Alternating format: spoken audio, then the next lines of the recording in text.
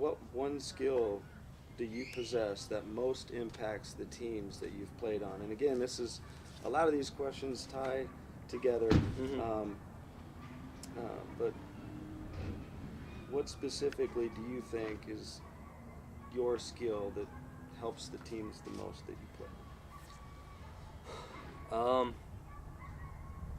I think it's probably the most unnoticed, but I feel like my attitude at the field every day, at least I hope, makes the biggest impact, because I feel like I'm the same guy every day at the field, no matter what. When I walk into the clubhouse, I'm happy to be at the field, and I want my teammates to be happy to be at the field, and I'm glad to see them every day. And I think that a team or players are going to play better if they have that attitude, and if your life in general is about relationships. So if I'm building that relationship with my teammates every day, and I'm coming to the park and they see me, in a good mood, happy, ready to work, it's not just all happy-go-lucky. I'm coming to the field to work every day, and if I can set that example, I hope that's the biggest impact I have on my team every day. I think that's awesome. I mean, walking into a work environment, whatever it might be, would you rather walk into something that's kind of dark and dreary and people moping around, or walk into something where, you don't have to walk into a place where dudes are doing jumping jacks and cartwheels through the place and screaming and yelling, but, have a purpose in your step and, greet people in your own clubhouse, hey, good morning, good afternoon, what's up, dude, or whatever it might be. Have a positivity about you. Yeah, just like a sense of like, okay, he showed up, showed up the same as he did yesterday, he's here with a purpose. There's a purpose to it, purposeful. He went 0 for 4 yesterday, or you went 4 for 4 yesterday. It's the same guy. So I think that's big. Absolutely, because if you're a guy and you have to choose between two different teammates you're going to play with, say this one guy, athlete A, one day he's 4 for 4, he's got 2 doubles, a home run, a single, 5 RBIs, just like a Sports Center type night. But then all of a sudden something happens away from the field, and the next 3 days he might be a little bit checked out, or you don't know what is going on. He's kind of all over the place, makes small little mental errors possibly on the field, whatever it might be. Or you have athlete B, who rarely has a Sports Center type night like that, but he'll get a knock here and an RBI, 2 knocks here and 2 RBIs, get 3 hits here and there, but doing the little things on the field right, rarely if ever makes a mental mistake on the base path or whatever it might be. Looking at those two, which one would you rather go to competition with every day? The guy that you don't know what you're getting, or the guy that you know every day what exactly you're getting, and you can count on him to be that same way every day? Player B is a winning player, and player A, you just don't know what you're going to get. So you're really taking a chance every day with player A, and player B, you know what you're getting every single day, and you're not worried about him, and you trust him and to do things the right way, and that's who you want to be. But it doesn't mean that player B isn't having Sports Center type games. They're going to happen. They're going to happen with the discipline. So you've had to go through the rehabilitation process following a torn ACL. Do you have any advice for those about to start the rehab process, or those who are currently going through the rehab process? I would say the 2 biggest things are you have to find someone, a therapist or somebody that you trust.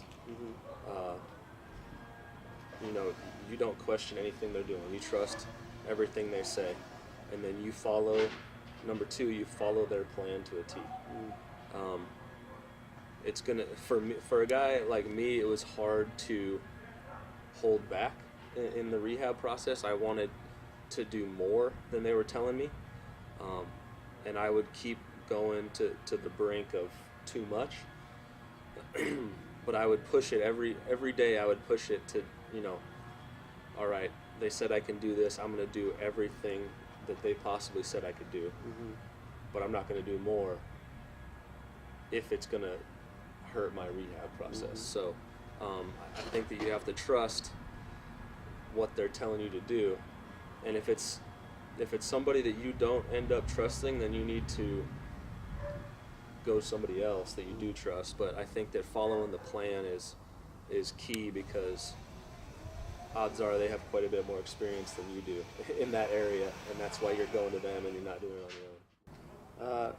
Stick with the plan. And as athletes, doing an exercise or whatever it might be, that doesn't feel right, as opposed to, well, that's okay, it's just, it's working the muscles, compared to, ooh, that feels weird after or surgery or whatever it might be.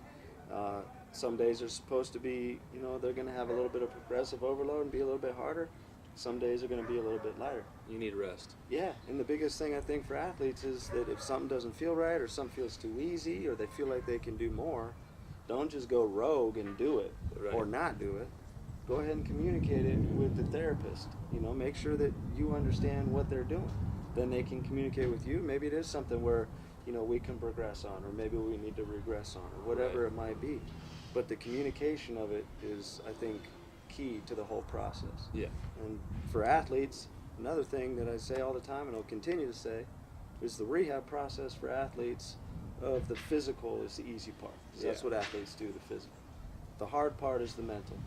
So, you're going to be going through the process. You're going to see your teammates or guys on the other team out there working. And you're not feeling like you can contribute to the team, or you just, I know when I had surgery, I almost felt like a ghost, in the clubhouse. But just, if at all possible, you just keep your mind right and follow the process, and everything will be back to where it was. You have to stay mentally strong just as much as you have to stay physically strong going through the process. So It comes back to the two things, discipline and being in the moment. I mean, you have to be in the moment and understand that your job now is to rehab, to get better, to get healthy. And you have to stay disciplined to doing that no matter what, even if you don't feel like it. Yeah. Keep focused on what you're trying to get accomplished. Don't look too far ahead. Don't look behind. And just stay in the moment. Do you have any advice or possible variables to take into consideration for athletes in choosing which college to attend? There's a million of them, but there's a lot. If you just narrow it down to 2 or 3 that you think might be pretty important. Yeah, I'm trying to think. In my mind, it's, do I want to play for this coach? You're going to be there for 3 or 4 years, hopefully. So you're going to have to play for this coach for 3 or 4 years. Do you think that he's going to make you a better player, a better person? Not necessarily is he going to be your best friend. Right. But is this guy going to help me get to where I want to be? Yeah. His job isn't to be your friend. And when we were in college, Murph wasn't our friend. He is now. But when we were playing for him, he was trying to make us better. And I think that I feel like some players now don't go to schools because they're not going to play right away, or this coach is too mean, or this coach is too disciplined, or so academics. You're going to have to use your knowledge from college or from anywhere at some point. Even if you play for 15 years in the big leagues, and you've made plenty of money, I guarantee when you're done, at some point you're going to need that. So go ahead and choose a school where you can go to school and get an education and really make it worthwhile. And both of those, aren't necessarily the most comfortable decisions. But, No. If we're gonna, if we want to get stronger, we need, progressive, appropriate overload of weights or plyometrics or whatever it might be. If we want to grow in other ways, it's the same thing. You're going to have to test yourself, and you're going to have to gradually expect more from yourself, and you're going to put yourself in positions that You know, it might not be the most comfortable. No. You know, and at the time, you probably don't want to make that decision, but you Right. know, in the back of your mind, you know that that's the right decision to make. Yep. And I think that nowadays everyone's trying to be comfortable all the time, and I've reframed the word uncomfortable. And in my mind, if I hear the word uncomfortable, now it means I'm growing. Mm. So I think Murph might have been the first person that I ever heard say this, but I've heard it now a decent amount, is get comfortable being uncomfortable. Because that's where you grow. That's where you make gains. And if you've ever seen, I've seen this chart, I don't know if it's a chart, it's a photograph. It's got a big circle. It says comfort zone. And then outside that, it says growth. And that's where you make your growth, is outside your comfort zone. Yeah. And I don't think enough kids now are willing to go outside their comfort zone. And I think that you should be happy to be outside your comfort zone, because you should know that you're getting better. Mm-hmm. Yep. Stay in the moment, attack it. Yeah, exactly. It's going to be uncomfortable for a minute, maybe a few minutes.